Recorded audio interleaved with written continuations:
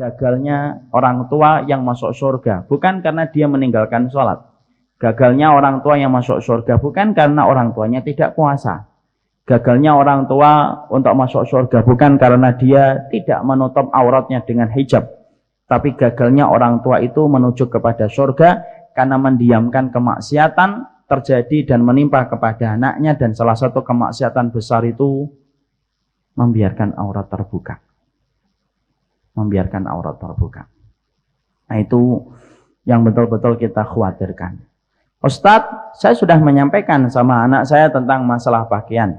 Saya kondisikan dia untuk menutup auratnya.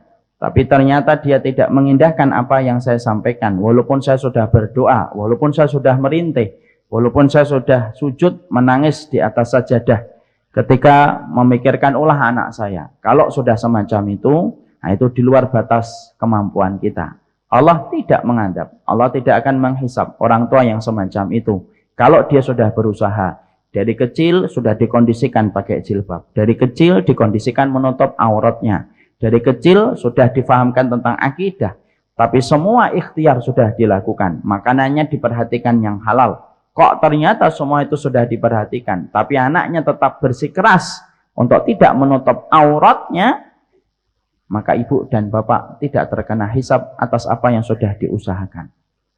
Yang Allah akan kenakan hisab kepada orang tua yang membiarkan anak putrinya membuka auratnya dan dia merasa nyaman dan meridhoi apa yang dilakukan oleh sang anak. Ustadz, saya tidak melakukan dosa, tapi saya kemudian tidak membenci dosa. Itu tidak boleh, Bu. Istrinya Nabi Lut itu tidak melakukan perbuatan yang dilakukan oleh kaumnya Nabi Lut. Karena istrinya Nabi Lut itu tidak homo, karena dia perempuan. Karena homo sama lesbian itu duluan homo, lebih tua, umurnya homo daripada lesbian. Istrinya Nabi Lut tidak melakukan homo. Tapi apa yang menjadikan Allah itu menetapkan istrinya Nabi Lut itu sebagai kaum yang durhaka dan tidak diajak untuk keluar dari kota sebelum kota itu dibalik oleh malaikat?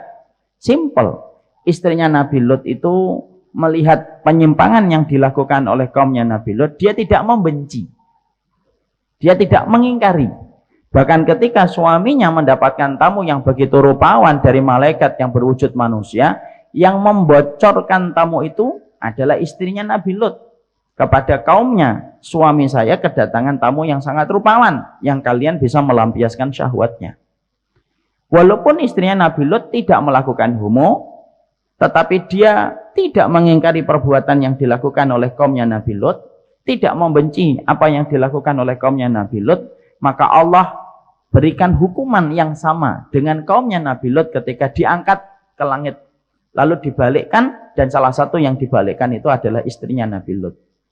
Apa yang kita jumpai pelajaran di situ? Ada orang yang terkadang dia menutup auratnya, tapi dia tidak merasa risih kalau ada orang tidak menutup auratnya. Ketika putrinya, ketika anak-anak yang dia lahirkan tidak menutup auratnya, dia memaklumi.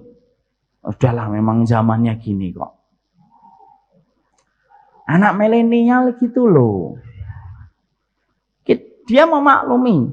Walaupun ibunya menutup auratnya, walaupun dia tidak membuka auratnya, tetapi memaklumi perbuatan dosa, itu posisinya kurang lebih hampir sama dengan istrinya Nabi Lut. Dia tidak melakukan homo, istrinya Nabi Lut.